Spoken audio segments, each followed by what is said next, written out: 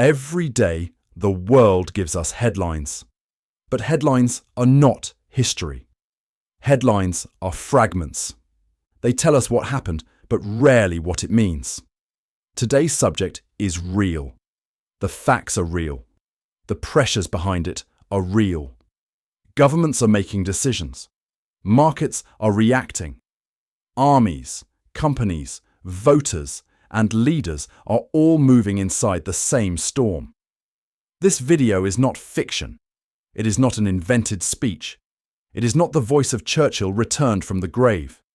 It is a modern geopolitical essay written through a Churchillian lens, a lens of war, money, courage, weakness, empire, technology, and power. So before we judge the day, we must understand it. And before we understand it, we must ask the only question that truly matters. What is this moment trying to tell us about the world that is coming? Cryptocurrency did not become powerful merely because of code. Code matters. Technology matters. Networks matter. Cryptography matters. Decentralized ledgers, mining, custody, exchanges, wallets, stablecoins, tokenization, and digital settlement all matter. A serious mind should not dismiss these things simply because they are new, unfamiliar, or surrounded by speculation. But cryptocurrency became something larger than technology because it entered the world at a particular moment in history. It arrived in an age of distrust. Distrust of banks. Distrust of central banks. Distrust of governments. Distrust of inflation statistics. Distrust of political promises. Distrust of elites who appeared to rescue financial institutions while ordinary people carried the consequences. Distrust of currencies that could be expanded by policy decision. Distrust of a system that many people felt they were required to use, but never allowed to influence.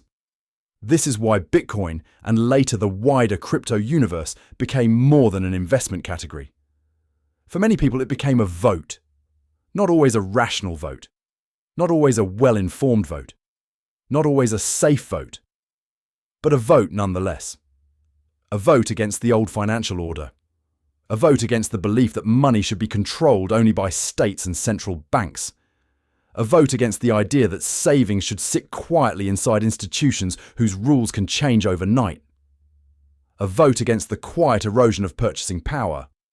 A vote against dependence. A vote for escape. This is the emotional foundation of crypto, and it is impossible to understand the market without understanding that emotion. If Winston Churchill were alive today, he would not recognize the code. He would not have grown up with private keys, exchanges, blockchains, mining rigs, memcoins, stablecoins, or digital wallets. He would not speak the language of hash rates, tokenomics, decentralized finance, or layer 2 networks. But he would recognize the human material instantly. Fear, hope, ambition, distrust, panic, the hunger for independence, the desire to escape the weakness of institutions, the temptation to believe that one new instrument can solve an old human problem. Every age creates its own gold rush. Sometimes the gold is literal. Men cross oceans, mountains, deserts, and frontiers in search of metal buried beneath the earth. They endure danger because the promise is simple. Somewhere out there, value is waiting, and if a man reaches it before others do, his life may change. Sometimes the gold is land. Sometimes it is oil. Sometimes it is railways. Sometimes it is technology stocks. Sometimes it is housing. Sometimes it is a currency. Sometimes it is a company with no profits, but a story large enough to carry a generation's imagination. And in our age, gold became digital. Not gold in the traditional sense, not metal, not something held in the hand or locked in a vault, but scarcity translated into software. A promise that, in a world where governments can expand money, here was a thing with a fixed supply rule. A thing that did not ask permission from a central bank. A thing that could move across borders without the old machinery. a thing that appeared to its believers to stand outside the reach of political failure. That idea became powerful because it arrived after years in which many people had watched the old system protect itself. The financial crisis of 2008 damaged faith in banks. The long period of ultra-low interest rates changed the meaning of saving. The pandemic era brought massive government spending, central bank intervention, and then inflation that struck ordinary households through food, rent, energy, and daily costs. Political dysfunction made public finances look less disciplined. Banking scares reminded people that even regulated systems depend on confidence. In many countries, younger generations looked at housing prices, wage pressure, debt, and asset inflation, and concluded that the conventional ladder of financial security had been pulled upward. Crypto entered that atmosphere not merely as a product, but as a story. And stories move markets. The story said, you do not have to trust them. You do not have to wait for permission. You do not have to accept the slow erosion of your money. You do not have to stay inside the old gate. You can hold something outside the system. You can participate early. You can be your own bank. You can escape. It is not difficult to see why this appealed to millions. A young person with little capital but great frustration can look at traditional finance and see walls. A bank account that pays little. A housing market that feels unreachable. A stock market that already seems owned by large institutions. A political class that speaks about the future while borrowing from it. A currency that buys less over time. A labour market in which patient saving may feel too slow to change one's position. Then crypto appears and says, the frontier is open. That phrase, whether spoken directly or not, is one of the most powerful invitations in human history. The frontier is open. For some, this meant technological curiosity. For others, it meant speculation. For others, it meant ideology. For others, it meant desperation dressed as opportunity. This is where the analysis must be careful. To say that crypto contains speculation is not to say that every part of it is worthless. To say that people are drawn by emotion is not to say they are foolish. To say that Bitcoin is volatile is not to say the idea behind it is irrelevant. To say that digital assets can be dangerous is not to deny that the future of money may become more digital. A serious discussion must hold more than one thought at the same time. Cryptocurrency is a technological experiment, a financial market, a political protest, a speculative arena, a cultural movement, and a psychological mirror. It is all of these at once. That is why simple judgments fail. If one says, crypto is the future, the statement is too broad. If one says, crypto is nonsense, the statement is too lazy. The more interesting question is, why did so many people want it to be the future? That question leads us away from price charts and into the condition of modern society. When people trust institutions, they do not search so intensely for escape routes. When people believe money is stable, they do not rush so eagerly into volatile alternatives. When people believe the financial system is fair, they do not celebrate the possibility of bypassing it. When people believe patient work leads to security, they are less tempted by sudden wealth. Crypto became powerful because it spoke to a world that was already uneasy, and it gave technological form to a social mood. And that mood was not invented by crypto. It was already present. It was present in the anger after bank rescues. It was present in the frustration of savers receiving low returns while asset prices rose. It was present in the fear of inflation. It was present in the suspicion that central banks had become too important. It was present in the belief that governments could borrow endlessly and leave the cost to the future. It was present in the feeling that ordinary people were always late to the opportunity and early to the pain. Crypto did not create this distrust, it organized it.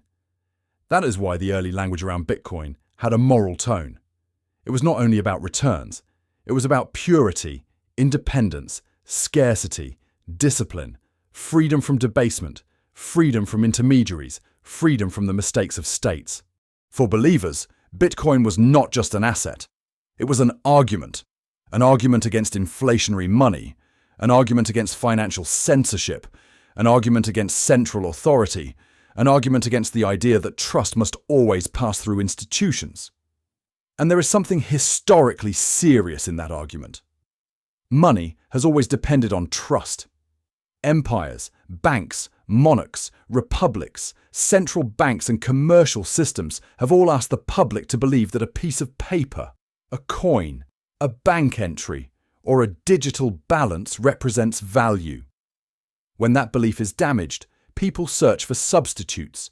They buy gold, they buy land, they buy foreign currency, they buy art, they buy commodities, they buy anything that seems less dependent on the promises of politicians. Bitcoin entered that old tradition in a new form. It presented itself as digital scarcity in an age of monetary anxiety. But here the danger begins, because a rebellion against the system is not the same thing as protection from risk. This is one of the central illusions of the crypto age. Many people looked at Bitcoin and saw independence from governments.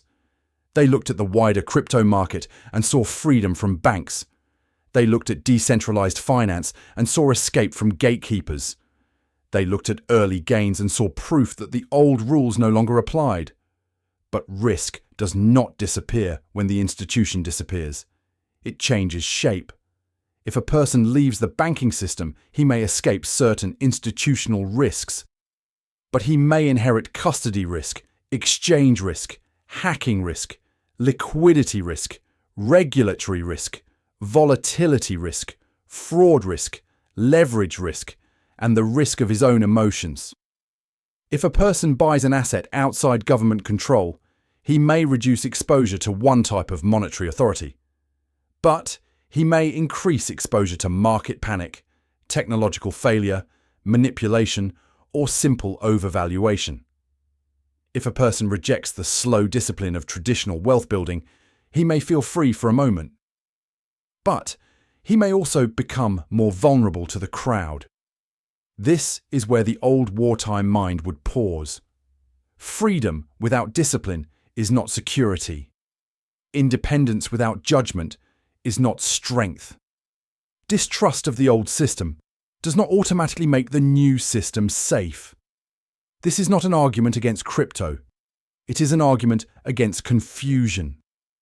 Technological innovation and financial salvation are not the same thing. A technology can be real, useful, and historically important, while many of the investments built around it are overpriced, misunderstood, or driven by mania. The railway was real. Railway bubbles were also real. The internet was real. The dot-com bubble was also real. Housing is real. Housing bubbles are also real. Artificial intelligence may be real. That does not mean every AI investment will be wise. Blockchain may be real. Bitcoin may have a serious role in modern finance. Stablecoins may become important in global payments. Tokenization may change parts of capital markets. Digital custody and settlement may evolve. Institutions may continue to enter the space. Governments may regulate it, absorb it, tax it, and use parts of it. All of that can be true. And still, millions of people can lose money by confusing a real technological shift with a guaranteed personal rescue. This is the old pattern. A new frontier opens. The first pioneers take enormous risks. Some become legends. Their stories travel faster than the warnings. Then the crowd arrives. The crowd does not come for the technology alone. It comes because it has heard that ordinary life can be changed quickly. It comes because someone else became rich. It comes because patience feels like defeat. It comes because the old path looks blocked. It comes because fear of missing out becomes stronger than fear of loss. By the time the crowd arrives, the frontier has often changed. What began as experiment becomes market. What began as market becomes theatre. What began as theatre becomes pressure. The person who once asked, "What is this technology?" begins to ask, "How quickly can I double my money?" And at that moment, the subject is no longer only financial, it is moral and psychological. Because speculation does something subtle to the human mind. It makes price movement feel like truth. If the asset rises, the believer feels vindicated. If it falls, the critic feels vindicated. But both may be reading too much into the movement of a market that is driven by liquidity, narrative, leverage, fear, greed, regulation, macro conditions, and crowd behavior. A rising price does not prove wisdom. A falling price does not prove worthlessness. Markets are not courts of moral judgment. They are arenas of changing expectations. This is especially important in crypto because the price movements can be extreme. Fortunes appear and disappear quickly. Confidence can turn into panic. Skepticism can turn into euphoria. A token can become famous before it becomes useful. A narrative can become capital. A meme can become a market. A rumor can move billions. An influencer can move a crowd faster than a central banker can move a rate. This does not make the whole field meaningless, but it does make the field dangerous for anyone who enters without understanding what kind of environment he has entered. A battlefield is not safe because the weapons are modern. A market is not safe because the technology is advanced. And a digital asset is not safe because it uses the language of freedom. That is the first warning. The second warning is that people often run toward crypto not only out of greed, but out of fear. Fear of inflation, fear of debt, fear of government control, fear of banks failing, fear of being left behind, fear that the old promises no longer work, fear that saving in ordinary money means losing slowly, fear that the future belongs only to those who take extreme risks. This fear deserves respect. It is not imaginary. Inflation has hurt households. Banking crises have happened. Currencies have failed in history. Governments have abused monetary power. Financial institutions have made grave mistakes.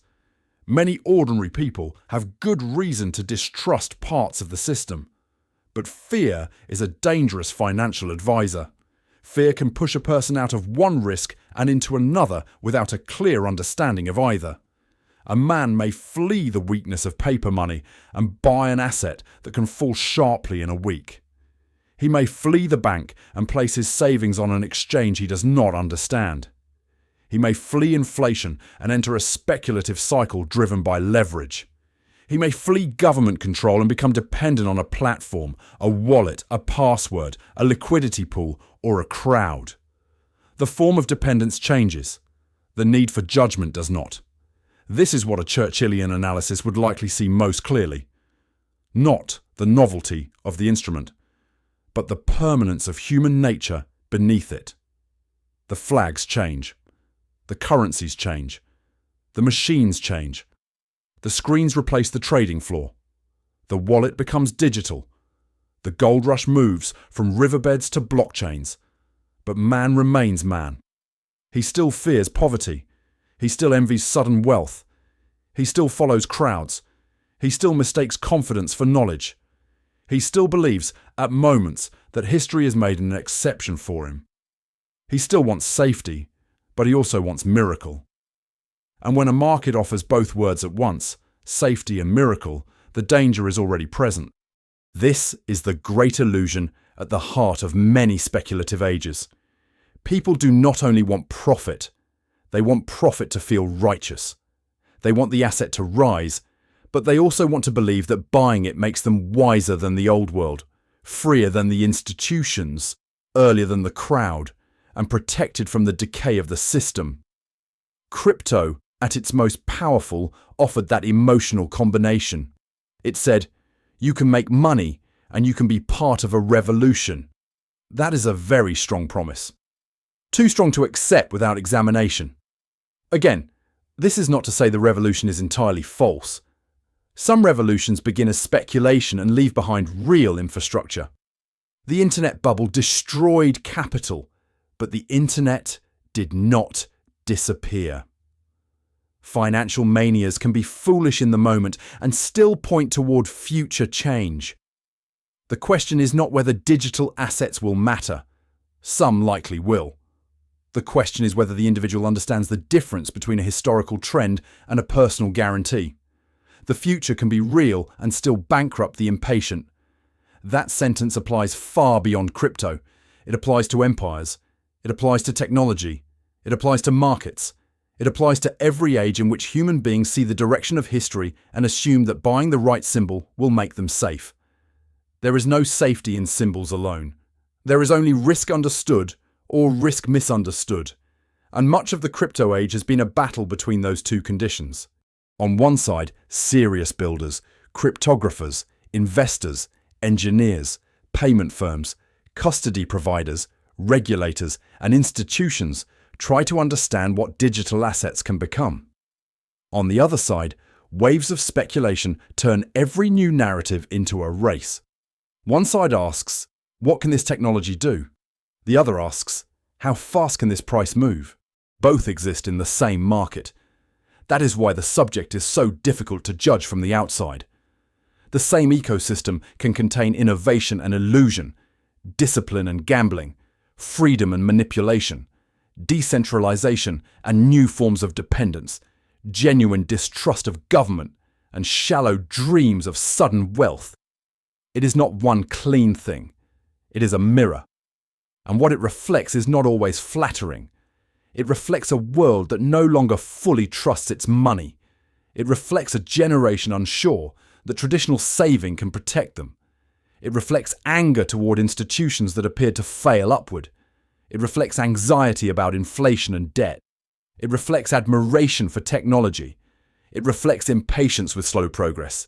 It reflects the desire to be early, to be independent, to be beyond reach, to be rescued by intelligence or timing rather than by decades of work.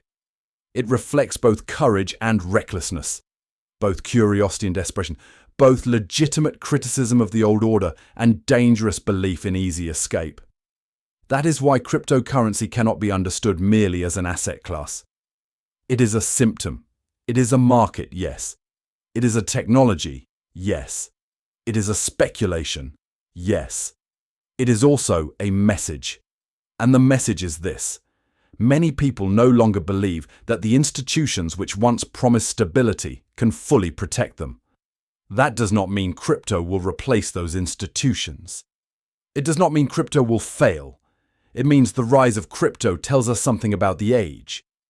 A society confident in its banks, its currency, its political leadership, its inflation control, its housing market, its wages, its pensions, and its future does not search so urgently for a parallel financial world. The new gold rush of the digital age began because millions looked at the old map and decided it no longer showed them a path. Some were right to question it. Some were wrong in what they trusted instead. But the question itself will not disappear. Because crypto is not merely a market, it is a mirror. And what it shows is a civilization that has become uncertain about the safety of its own money. Money has always been more than metal, paper, or numbers on a screen. It is a system of belief. A coin works because people accept it.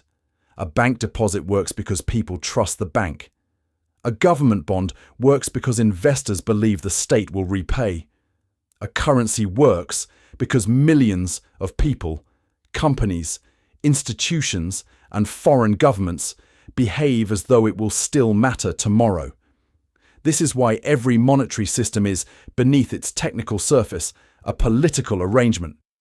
It tells society who may issue money, who may control it, who may expand it, who may restrict it, who may freeze it, who may supervise it, and who must live under it. For most of modern history, that authority has belonged to states and central banks. They do not merely print notes or set interest rates. They defend the monetary order through law, taxation, regulation, banking systems, debt markets, and force of legitimacy. A currency is not just an economic tool. It is one of the instruments through which a state governs time. It allows a government to tax today, borrow from tomorrow, finance war, rescue banks, stabilize crises, support employment, and shape the cost of credit. No serious state gives up that power lightly. This is why cryptocurrency became so provocative. It was not only a new asset, it questioned the old arrangement. Bitcoin, in particular, introduced a simple but powerful idea. What if money could be governed not by politicians, central bankers, or commercial banks, but by code? What if scarcity could be programmed? What if no committee could vote to increase the supply? What if a person could hold value outside the ordinary banking structure? That idea became especially attractive in a world where trust in institutions had already weakened. After the financial crisis, many people believed the banking system had been rescued while ordinary citizens carried the burden. After years of low interest rates and rising asset prices, many savers felt that patient discipline no longer worked as it once had. After the pandemic, when governments spent heavily and central banks expanded their balance sheets, inflation returned with force in many countries. Food, rent, fuel, and basic living costs rose. For households, inflation was not a chart. It was a smaller life at the same income. In that environment, Bitcoin's promise of digital scarcity found an audience. The appeal was not hard to understand. If a government can expand the supply of money, people may look for an asset whose supply appears fixed. If central banks can change policy, people may look for a system that claims to operate without discretion. If banks can fail or restrict access, people may look for a way to hold value directly. If national currencies lose purchasing power, people may search for something that feels independent of political weakness. This is where Bitcoin's story became larger than its technology. It became a challenge to the old trust model. The dollar remains at the center of global finance. It dominates foreign exchange, trade invoicing, debt markets, reserves, and crisis liquidity. Even critics of American financial power often depend on dollar infrastructure. Many commodities are priced in dollars. Many countries borrow in dollars. In periods of fear, global capital often still runs toward dollar assets, not away from them. That is not an accident. It is the result of military power, legal credibility, financial depth, market liquidity, institutional history, and the sheer scale of the American system. But the dollar's strength does not eliminate the anxieties that surround it. The United States carries enormous public debt. Its politics are often divided. Its central bank must balance inflation, employment, financial stability, and market expectations. Its currency is trusted globally, yet also criticized globally. Its financial system is both a refuge and a point of dependence. For countries outside the United States, this creates a contradiction. The dollar is useful because it's powerful, liquid, and widely accepted. But precisely because it is powerful, dependence on it can feel dangerous. For individuals, the contradiction is different but related. People may use dollars, bank accounts, payment systems, and investment platforms every day, while also suspecting that the same system slowly reduces their purchasing power or exposes them to decisions made far above them. Crypto grew in the space between usefulness and distrust. It did not need the dollar to collapse. It only needed enough people to wonder whether the old system deserved complete confidence. This is why Bitcoin's fixed supply narrative became so emotionally effective. Scarcity has always carried moral force in monetary history. Gold was trusted partly because it could not be created easily by decree. Bitcoin borrowed that psychological position and translated it into digital language. To its supporters, this was the point. No central bank, no finance minister, no emergency committee, no election cycle, no inflationary temptation. Only rules. That is a strong idea. But it also has limits. Scarcity alone does not create safety. A rare asset can still be volatile. A fixed supply does not guarantee stable value. A decentralized network can still depend on exchanges, custody providers, miners, developers, liquidity, regulation, market narratives, and public confidence. A person may escape one form of institutional trust only to enter another form of market dependence. This is where many people misunderstand the problem. They think the choice is between trust and no trust. In reality, every financial system requires trust somewhere. In traditional money, trust is placed in states, central banks, commercial banks, regulators, courts, and payment systems. In crypto, trust may shift toward code, network incentives, wallet security, exchanges, stablecoin issuers, software developers, validators, market liquidity, and the behavior of other holders. The trust does not vanish. It relocates. This does not make crypto useless. It makes it more complicated than its simplest slogans suggest. A person may say, "I do not trust banks." That may be understandable.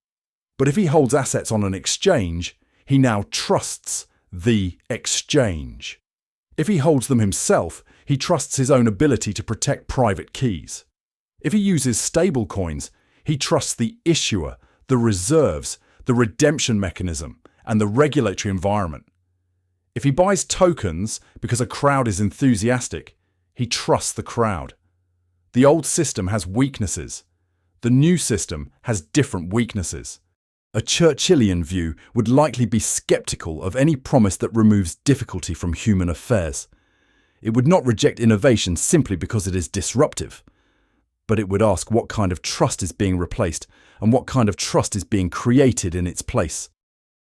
This question matters because states are not passive observers. No government with serious power will ignore a parallel financial system if it becomes large enough to affect capital flows, taxation, sanctions, banking stability, consumer protection, or monetary control. This is not because every state hates innovation. It is because monetary authority sits close to sovereignty. A government can tolerate many speculative assets. It can allow markets to rise and fall. It can even approve regulated products that give investors exposure to Bitcoin, as the United States did with spot Bitcoin exchange-traded products in January 2024. But approval of a trading product is not the same as surrendering monetary power. That distinction is important. Institutional adoption does not necessarily mean ideological victory for crypto. It can mean the opposite: absorption into the regulated financial system. When Bitcoin moves through ETFs, custodians, brokers, compliance systems, tax reporting, and institutional portfolios, it becomes more accessible. It may also become less separate from the system it originally challenged. This is one of the ironies of the crypto age. The asset, born partly from distrust of Wall Street, gained legitimacy when Wall Street built products around it. The rebellion entered the exchange. The outsider became part of the portfolio. That does not make it meaningless. But it changes the story. A similar tension appears with stablecoins. They are often described as crypto's practical bridge to ordinary finance because they attempt to maintain a stable value, usually against a fiat currency such as the dollar. They can be useful for trading, settlement, cross-border movement of value, and digital payments. Yet they also raise serious questions. Who holds the reserves? How safe are those reserves? What happens during a run? How should they be regulated? And whether private digital money can become large enough to affect banks or central banks. European officials and central bankers have been especially cautious about this issue, partly because dollar-backed stablecoins dominate the market and could extend dollar influence into digital payments. That concern shows how quickly crypto becomes geopolitics. A stablecoin may look like a technical product, but if millions use it instead of local currency, it becomes a monetary question. If private issuers hold large reserves in government debt, it becomes a financial stability question. If users treat it like money becomes same, it becomes a regulatory question. If it strengthens the reach of another country's currency, it becomes a sovereignty question. So the conflict is not simply between Bitcoin and the dollar, or crypto and banks. It is between different models of trust. One model says trust institutions, because institutions can stabilize crises, enforce law, protect consumers, and manage public money. Another says institutions have abused that trust, and code may be more reliable than politics. Both arguments contain truth. Institutions have failed many times. Banks have collapsed. Governments have inflated currencies. Central banks have made errors. Regulators have missed risks. Political systems have used debt to postpone hard choices. But code does not abolish human nature. Markets still panic. Crowds still chase stories. Fraud still appears. Leverage still magnifies mistakes. Insiders still exploit outsiders. Technology can remove certain intermediaries while creating new ones. The old order is imperfect. The new frontier is not innocent. That is why the debate over crypto is really a debate over disappointment. People expected banks to be safe. They were not always safe. They expected money to hold value. It did not always hold enough. They expected governments to act responsibly. Often they did not. They expected work and saving to create security. For many, that path became slower and more uncertain. Crypto entered as an answer to that disappointment. It offered an alternative language: scarcity instead of printing, self-custody instead of banking, decentralization instead of authority, speed instead of bureaucracy, borderless movement instead of national control. But an alternative language is not the same as a complete replacement for the old order. Replacing a monetary system requires more than distrust of the existing one. It requires stability, liquidity, legal clarity, payment capacity, taxation rules, lender of last resort mechanisms, consumer protection, deep markets, and the confidence of people who do not want to gamble with daily life. This is where Bitcoin faces its great paradox. It is powerful as a critique of modern money. It is less proven as a full substitute for it. Many people may hold Bitcoin because they distrust inflation. Fewer want their rent, taxes, salary, groceries, and business invoices exposed to large price swings. This does not mean Bitcoin has no role. It means its role may be different from the grandest promises made about it. It may be a speculative asset. It may be a digital store of value attempt. It may be a hedge for some and a risk asset for others. It may become part of institutional portfolios. It may remain politically symbolic. It may coexist with the dollar rather than replace it. But whatever it becomes, the deeper issue will remain. People are searching for money they can trust. And that search tells us something important about the age. When confidence in public money is strong, alternatives remain small. When confidence weakens, alternatives gain emotional power. They may not replace the system, but they reveal the cracks inside it. This is why crypto cannot be understood only through price. A rising Bitcoin price does not prove the death of the dollar. A falling Bitcoin price does not prove the death of crypto. Markets move faster than history. Trust moves more slowly. The real question is not whether Bitcoin trades higher or lower this month. The real question is why millions of people are willing to believe that a digital asset may offer protection from institutions that once defined safety. That belief is the historical signal. It tells us that the old financial order still functions, but no longer commands the same unquestioned loyalty. It tells us that inflation did more than raise prices. It damaged confidence. It tells us that banking stress does more than frighten depositors. It strengthens the appeal of alternatives. It tells us that debt and money printing are not technical subjects when people feel the cost in their lives. Crypto challenges the old order because the old order gave it an opening. But challenging the old order is not the same as replacing it. A protest can become a movement. A movement can become a market. A market can become an institution. But at every stage, the same question follows it. Can it be trusted when fear returns? That is the question behind Bitcoin, behind the dollar, behind central banks, behind stablecoins, and behind the future of money itself. Not which system sounds freer, not which system sounds safer, but which system can carry trust through crisis. And that question has not yet been settled. A market can be modern in technology and ancient in psychology. This is one of the most important things to understand about cryptocurrency. The screens are new, the wallets are digital, the exchanges operate across borders. The language is filled with words that would have sounded strange to previous generations. Blockchain, mining, staking, liquidity pools, tokenomics, decentralized finance, stablecoins, smart contracts. But the emotional forces underneath are very old.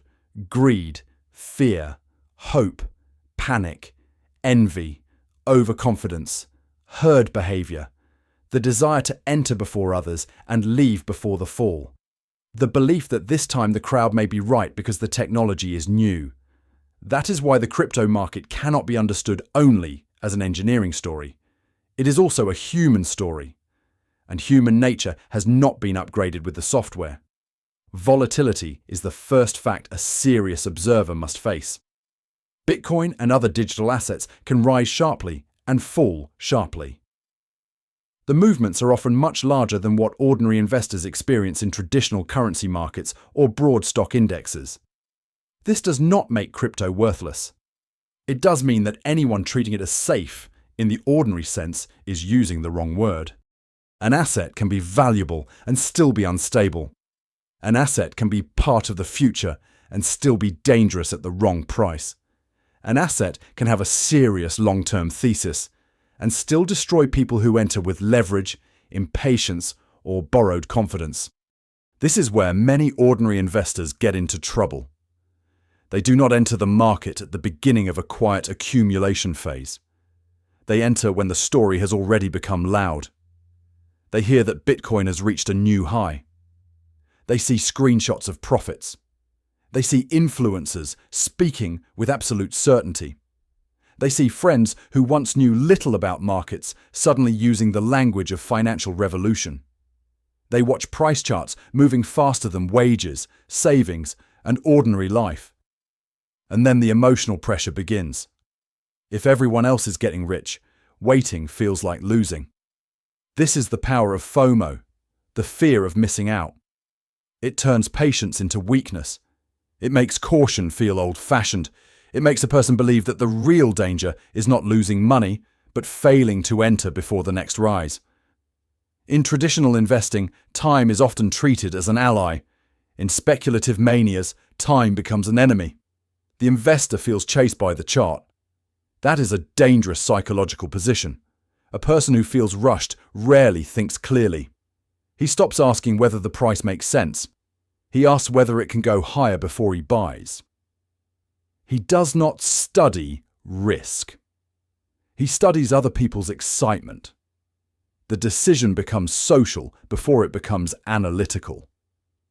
Crypto markets are especially vulnerable to this because they live inside the modern attention economy. A stock may be promoted.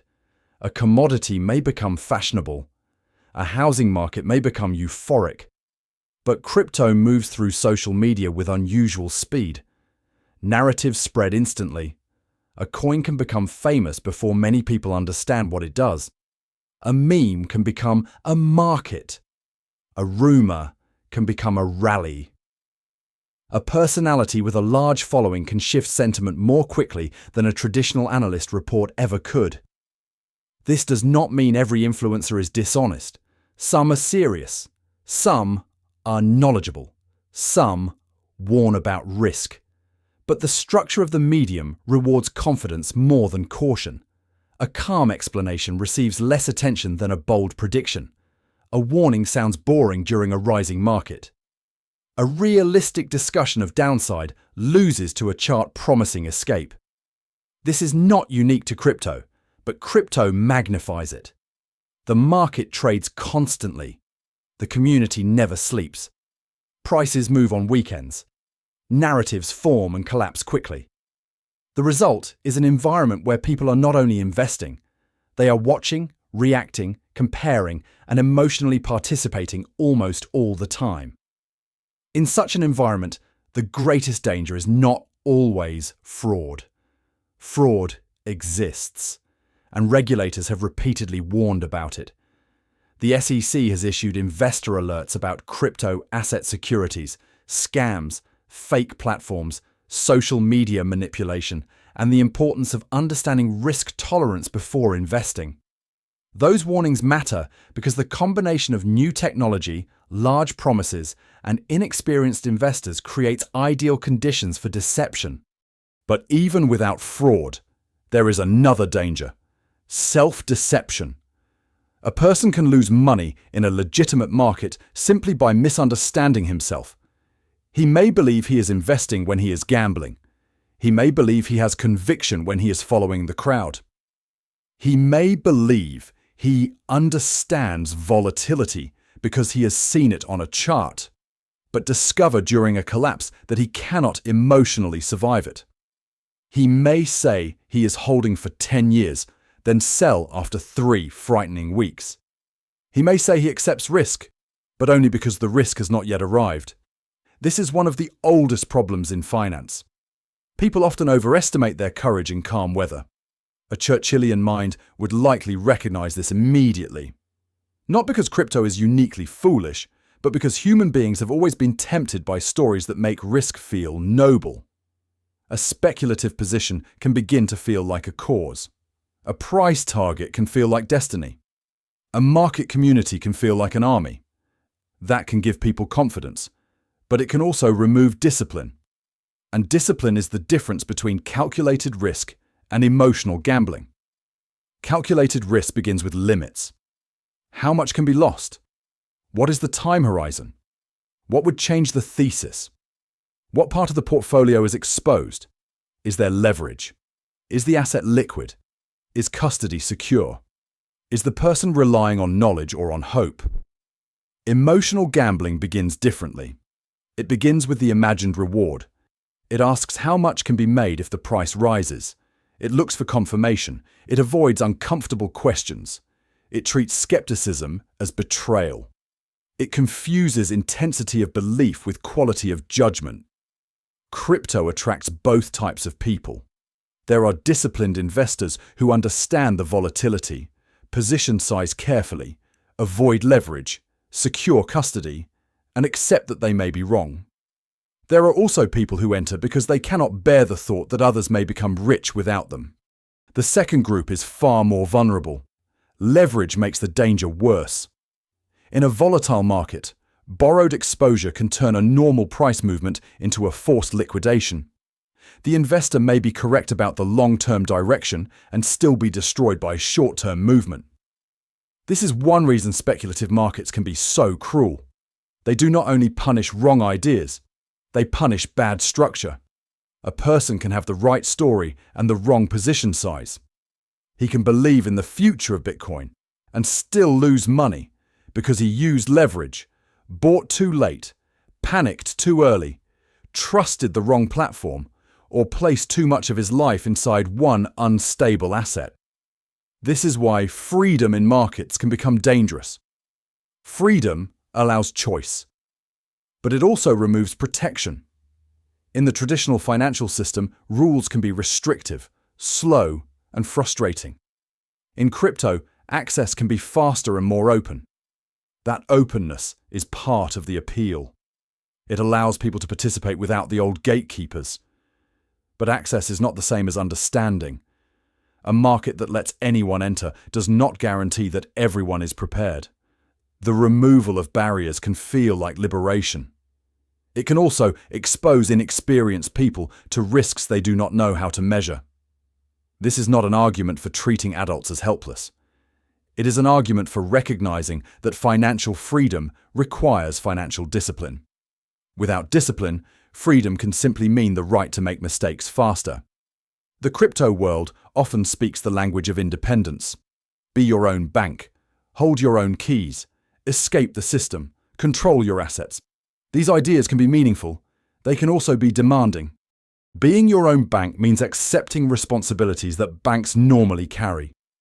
Security, custody, operational risk, inheritance planning, fraud protection, recovery procedures, and emotional restraint do not disappear. They move to the individual.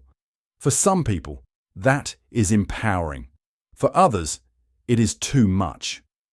This is why the promise of independence must be examined carefully. Independence is not only freedom from institutions, it is also the burden of replacing what those institutions did, even imperfectly. The same applies to market information. In traditional finance, there are analysts, disclosures, auditors, regulators, accounting rules, and legal responsibilities. These systems are imperfect. They often fail, but they provide some structure for judgment. In crypto, information can be fragmented. Some projects are transparent, others are vague. Some teams are serious, others are promotional. Some communities welcome hard questions. Others attack them. The investor must often separate technology from marketing, genuine adoption from narrative, and liquidity from illusion. That is difficult even for professionals. For ordinary people entering during a hype, it can be almost impossible. This is where price movement becomes dangerous. A rising price creates the impression that the argument has already been won. The market seems to confirm the story. Doubt becomes harder. The person who asks basic questions may appear foolish while prices rise. But rising prices can attract weak reasoning. They invite people to build explanations after the fact. They turn recent performance into evidence of permanent truth. They make risk management look unnecessary. Then the market turns. The same people who felt certain begin to search for someone to blame. The influencer, the exchange, the government, the short sellers, the media, the whales, the central bank. Sometimes there is real misconduct. Sometimes there is manipulation. Sometimes regulation is unclear. But often, the simpler truth is that people bought an unstable asset with expectations that were too stable. The lesson is not that crypto should be avoided entirely. That would be too simple. The lesson is that volatility must be treated as part of the asset, not as a temporary inconvenience. A person cannot say he believes in Bitcoin while secretly expecting it to behave like a savings account. He cannot enter a speculative market and then be surprised that speculation exists. He cannot chase a 10x return and expect the emotional comfort of a government bond. Risk and reward are connected. The crypto market often tempts people to separate them in their imagination. This is especially visible in the language of financial salvation. Some people do not buy crypto as one part of a diversified strategy. They buy it as a rescue plan. They hope it will do what wages, savings, education, property, and traditional investing did not do quickly enough. That is understandable, but dangerous. When an asset becomes a rescue plan, the investor becomes less free. He needs the market to save him. He is no longer evaluating probability. He is emotionally dependent on the outcome. Every decline becomes personal. Every rally becomes hope. Every critic becomes an enemy. Every prediction becomes medicine. This is not investing. It is psychological captivity dressed as financial freedom. The irony is severe. A person may enter crypto to escape dependence on the old system, only to become dependent on the mood of a crowd. He may reject central banks, but become obsessed with exchange candles. He may distrust fiat money, but trust anonymous accounts online. He may mock traditional finance, but repeat the oldest mistake in markets, believing that recent gains guarantee future safety. A modern technology cannot save a person from ancient weaknesses. That is why historical memory matters. Every speculative age believes it is different. In some technical sense, it often is. Railways were different from tulips. The internet was different from railways. Housing was different from internet stocks. Crypto is different again. Each has its own mechanics, institutions, and long-term consequences. But the human pattern rhymes. A new opportunity appears. Early participants are rewarded. The story spreads. Skeptics are mocked. Leverage enters. Fraud follows attention. Ordinary people arrive late. Prices become arguments. Risk is forgotten. Then the market tests everyone. Sometimes the technology survives. Sometimes it changes the world. Sometimes parts of the sector become permanent. But that does not mean every participant is saved. The internet changed the world. Many dot-com investors still lost money. Railways changed economies. Many railway investors still lost money. A technology can win while many investments tied to it fail. This distinction is essential for crypto. Blockchain-related technologies may influence finance. Stablecoins may remain important. Tokenization may reshape some market infrastructure. Bitcoin may continue to exist as a major digital asset. Institutions may deepen their involvement. Regulation may bring more legitimacy. None of that means every token exchange, project, or price level is justified. The future of a technology and the future return of an investor are not the same question. This is where ordinary people need the most caution. The market sells narratives, but life is lived in consequences. If the investment falls 60%, can the person still pay rent, taxes, medical bills, education costs, or business expenses? If an exchange freezes withdrawals, does the person have other liquidity? If a token collapses, was it speculation money or essential savings? If regulation changes, does the plan still work? If the asset does nothing for years, does the investor have patience? If the thesis is wrong, is the loss survivable? These are simple questions, but during a mania, they feel almost insulting. The crowd does not want to discuss survival. It wants to discuss escape. And yet survival is the first rule of any serious financial life. A Churchillian analysis would likely return to foundations. A nation should not build security on unstable assumptions. A family should not do so either. Risk can be taken, but it should be understood. Innovation can be respected, but not worshipped. A market can be entered, but not mistaken for a promise. The danger of crypto is not only that some projects are fraudulent or some prices are volatile. The deeper danger is that the market can give modern form to an old illusion.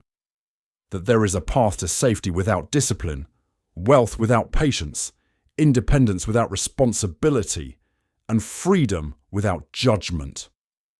That illusion is not unique to crypto. Crypto simply gives it a powerful new stage. The same market that attracts brilliant engineers and serious investors also attracts gamblers, scammers, dreamers, influencers, and frightened savers looking for a way out of a system they no longer trust.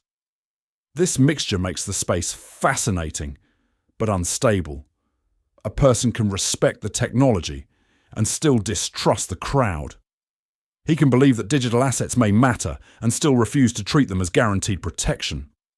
He can criticize central banks and still understand that volatility is not a substitute for stability. He can dislike inflation and still avoid gambling his future on an asset he does not understand. These positions are not contradictions. They are signs of maturity. The crypto market asks people to think clearly under emotional pressure. That is difficult. It is especially difficult when prices are rising and everyone appears confident. But the test of judgment is not how a person behaves when the chart flatters him. It is how he thinks before the chart turns. Because every speculative market eventually asks the same question. Not what do you believe when the price is rising, but what remains of that belief when the price falls. That is where illusion ends and understanding begins. Crypto may be a product of advanced technology, but the forces moving through it are older than any blockchain. Ambition, fear, greed, Hope, panic, belonging, resentment, and the desire for sudden rescue have shaped markets for centuries. The instruments have changed. The weaknesses have not. And that is why a market can be technologically modern and psychologically ancient at the same time. There is a mistake in treating cryptocurrency only as speculation. That mistake is made both by its loudest enemies and by some of its loudest defenders. The enemy sees only mania, fraud, volatility, and foolish money chasing digital symbols. The believer sees only liberation, technological destiny, and the collapse of the old financial order. Both views are too narrow. The truth is more interesting. Crypto is not merely a casino. It is also not a guaranteed revolution. It is a frontier where real technological ideas, financial experiments, political dissatisfaction, and human weakness have all met at once. That is why it has become so difficult to judge cleanly. Blockchain, as an idea, is not the same as a speculative token. Bitcoin is not the same as every meme coin. Stablecoins are not the same as decentralized finance. Tokenization is not the same as leverage trading. A regulated Bitcoin ETF is not the same as an offshore exchange promising impossible returns. A serious custody system is not the same as a social media rumor. The first duty of analysis is to separate these things. If everything is called a scam, one misses the innovation. If everything is called the future, one misses the danger. The serious question is not whether digital finance will matter. It almost certainly will. The more difficult question is which parts of it will survive, who will control them, and whether the original dream of financial independence will remain intact once governments, banks, regulators, and large institutions absorb the useful pieces. This is already happening. Banks study blockchain settlement. Payment companies study stablecoins. Asset managers offer regulated exposure to Bitcoin. Governments discuss central bank digital currencies. Regulators examine custody, exchanges, reserves, taxation, consumer protection, and financial stability. Large institutions that once treated crypto as a strange rebellion now approach parts of it as infrastructure, product, or risk category. This does not mean crypto has defeated the old system. It may mean the old system is learning how to use the parts of crypto that serve its purposes. That is an important distinction. A technology can begin as a challenge and end as a tool of the very institutions it challenged. The internet began with a language of openness and decentralization. Yet much of digital life is now organized through some of the largest corporations in history. Social media promised voice to the individual, then became a machine of advertising, influence, surveillance, and political pressure. Financial technology promised simplicity, but often brought new intermediaries, new fees, and new forms of dependence. Crypto may follow a similar path. The original dream was not only faster payments or new investment products. It was a dream of exit. Exit from inflation. Exit from banks. Exit from government control. Exit from slow financial permission. Exit from a system that many believed had failed them. But once digital assets become large enough, the state does not ignore them. It regulates them. Once institutions see demand, they do not merely criticize, they package it. Once Wall Street can turn rebellion into a product, rebellion enters the portfolio.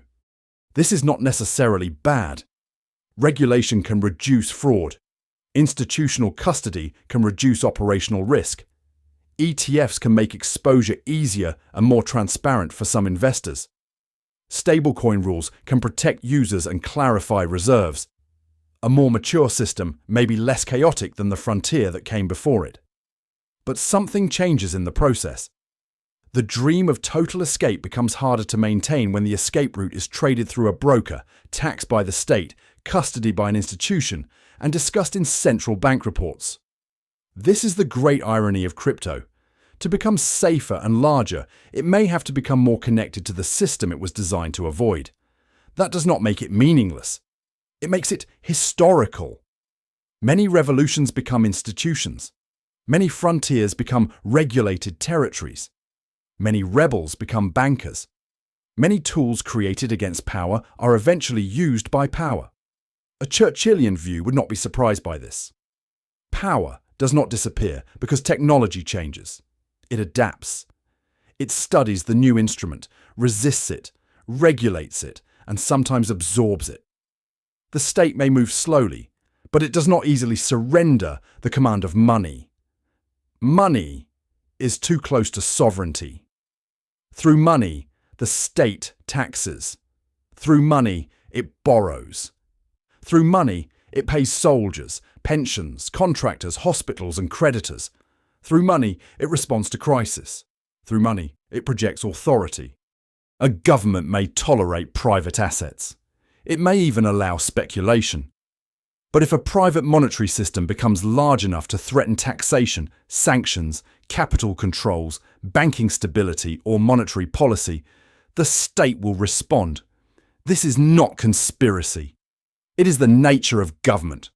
The conflict between crypto and the state is therefore not only technical, it is constitutional.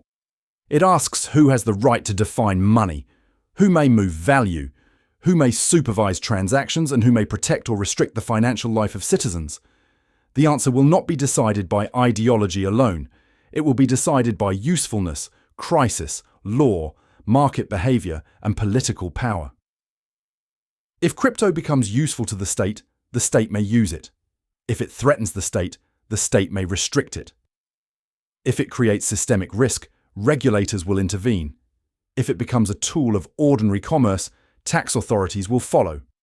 If it becomes a channel for capital flight, governments will notice.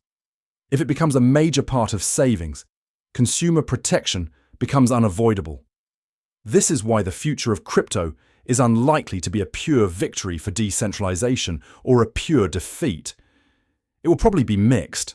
Some assets will disappear. Some protocols will survive. Some exchanges will fail. Some will become regulated institutions. Some stablecoins may become deeply embedded in global payments. Some tokenized assets may become normal financial infrastructure. Bitcoin may remain a major digital asset, though its role may be debated for decades. Central banks may create or study their own digital money. Governments may allow parts of the market while controlling others. The future may be digital. That does not mean every digital asset is the future. This distinction matters because many people treat technological direction as investment certainty. They see that money is becoming more digital and conclude that any asset using digital language must be destined to rise. That is a dangerous shortcut. The future of aviation did not make every airplane company a good investment. The future of the internet did not save every .com stock. The future of automobiles did not protect every early car manufacturer. The future of blockchain will not protect every token. Innovation creates possibility. It does not cancel judgment. This is where Churchill's imagined warning would be most useful. Not as a rejection of technology, but as a warning against surrendering judgment to fashion. A serious civilization needs innovation. It must not fear new tools simply because they disturb old habits. The financial system can be slow, expensive, exclusionary, and politically compromised. Cross-border payments can be inefficient. Inflation can punish savers. Banks can fail. Governments can misuse monetary power. Many of the complaints that helped crypto rise are not imaginary. But dissatisfaction with the old world is not enough to make the new world safe. A man may rightly mistrust a weak bridge, yet still drown if he jumps into a river he has not measured. This is the central lesson. Crypto reveals something real about the modern world. People want alternatives because they no longer fully trust the institutions that once promised stability. They fear inflation. They fear debt. They fear political mismanagement. They fear being trapped in a system where asset owners advance and wage earners fall behind. They fear that patience no longer works. These fears should not be mocked, but fear should not be allowed to choose the investment. Anger at central banks does not make a token valuable. Distrust of governments does not make every decentralized project sound. Resentment toward financial elites does not protect a person from leverage, fraud, bad custody, or buying at the top of a speculative cycle. This is the hard part. Crypto may be a legitimate response to real weaknesses in the old order, while still being dangerous for the person who enters it without discipline. Both things can be true. The modern investor lives in an age of collapsing patience. A price can move in seconds, a rumor travels in minutes, a fortune can appear on a screen before breakfast and vanish before nightfall. The old rhythm of saving, investing, building, and waiting feels slow beside the spectacle of digital markets. But speed is not the same as progress. A fast market can make a person poorer more quickly than a slow one. The great illusion of safety in crypto is not that people believe prices only rise. Most people know prices can fall. The deeper illusion is that many believe they will personally escape the fall. They will sell before the crash. They will recognize the top. They will choose the right coin. They will ignore the wrong influencer. They will remain calm when others panic. They will be early, but not too early. Brave, but not reckless. Skeptical, but not late. This is a demanding fantasy. Markets are very good at humiliating the private myth of exceptional timing. That is why the most important question is not, how much can I gain? The better question is, what can I survive losing?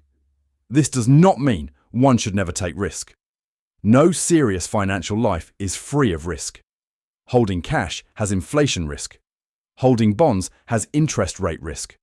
Holding stocks has market risk. Holding property has liquidity and valuation risk. Holding gold has opportunity cost.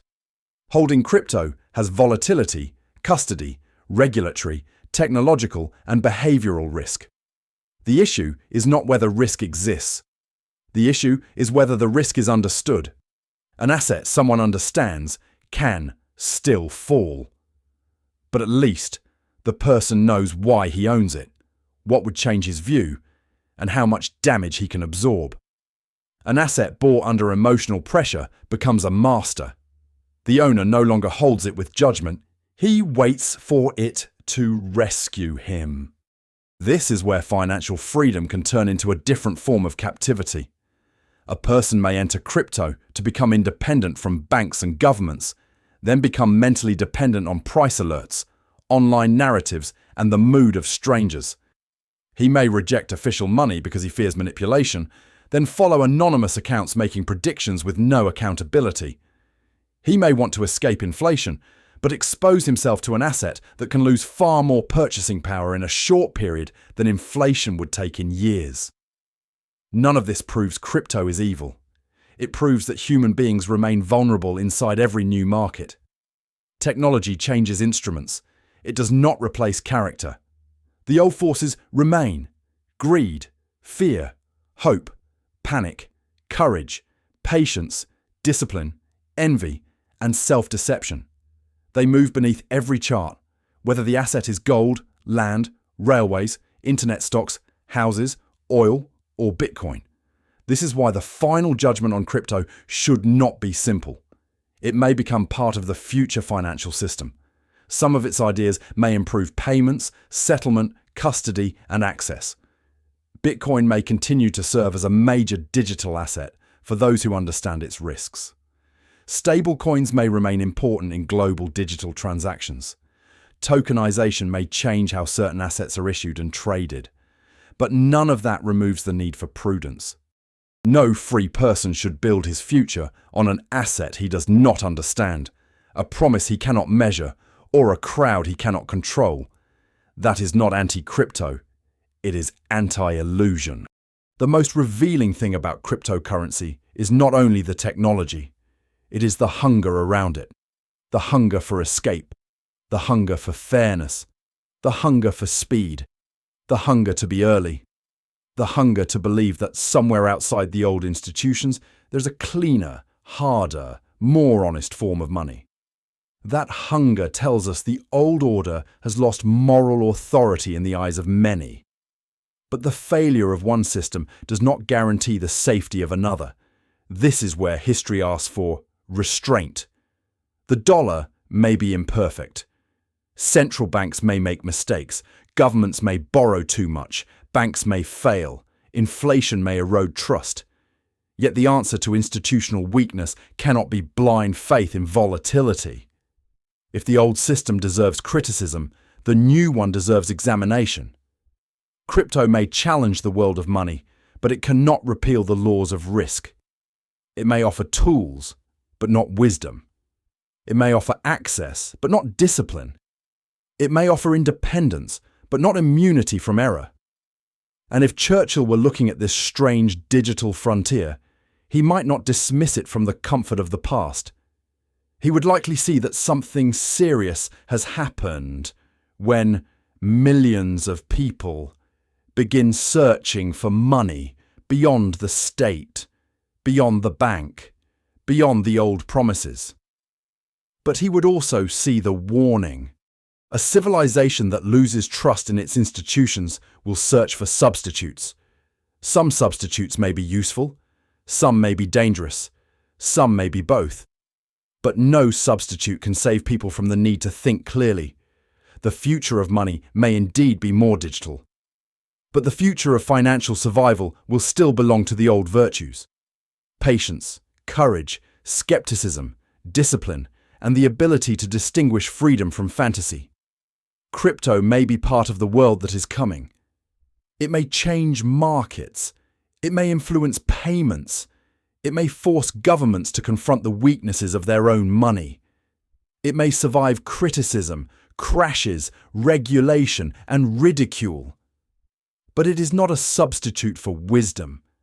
And no technology, however brilliant, can make an unstable thing safe simply because people desperately want safety. That is the final warning. Not that crypto is evil, not that the old system is pure, but that every generation must learn, often painfully, that hope is not a strategy, volatility is not protection, and a crowd is not a compass. The instruments of money may change. Human nature does not.